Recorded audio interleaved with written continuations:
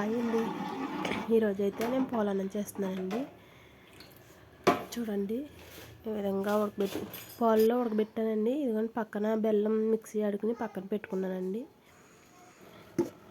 ఇది స్ట్రక్చర్లోకి వచ్చిందండి పోలన్నం. ఇప్పుడు దీంట్లో మనం బెల్లం వేసుకుందామండి.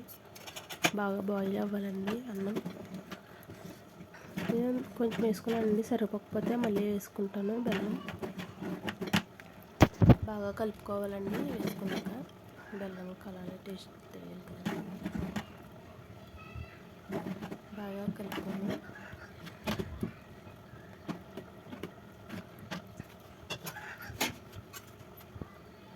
కొంచెం ఇలాచీ పౌడర్ వేసుకున్నానండి.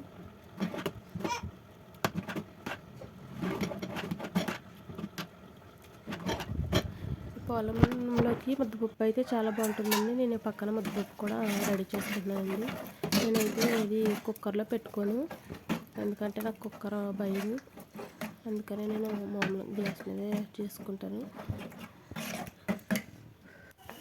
పక్కన ఇవి డ్రై ఫ్రూట్స్ నెయ్యిలో వేయించుకుంటున్నాను.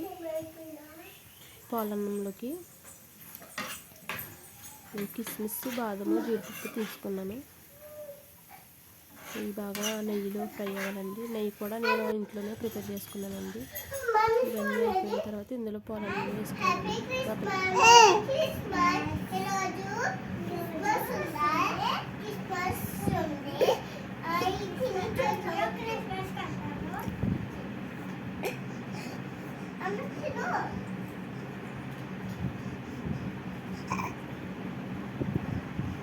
మధ్యలో అమ్మాయి మున్ని వాళ్ళ ఫ్రెండ్ అండి.